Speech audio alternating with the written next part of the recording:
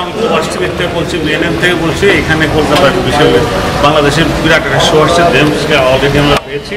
আপনারা সকলেই আসবেন, এটুকু থেকে। আপনারা জানেন যে আনন্দ উৎসব হচ্ছে এই কলকাতা আনন্দবাজার পত্রিকা গত 2 সপ্তাহ আগে আমাদের সাথে যোগাযোগ করেছে প্রবাসী বাঙালি যারা লস এঞ্জেলেসে। সবার কষ্ট ছিল, এটা রোজার দিন, কিন্তু এটা এমন একটা সিচুয়েশন এখন রাইট নাও। তো আনন্দবাজার পত্রিকা থেকে কালকাতে বলেছে ওনারা ইফতারের ব্যবস্থা করেছে এখানে, এবং সকাল 11টা থেকে ওপেনিং হবে কালকে, এবং সেটা সন্ধ্যা 7টায় শেষ হবে। বাংলাদেশ থেকে আসছেন জেমস, হাবিব, আয়ুব বাচ্চু, রেজনা জিদি বন্যা, আর কলকাতার থেকে যারা আসছেন আনন্দবাজার সেখান থেকে আসছে আপনার শামিলি ঠাকুর। তুমি যদি নদী হও, আমি হব জেগে থাকা চর।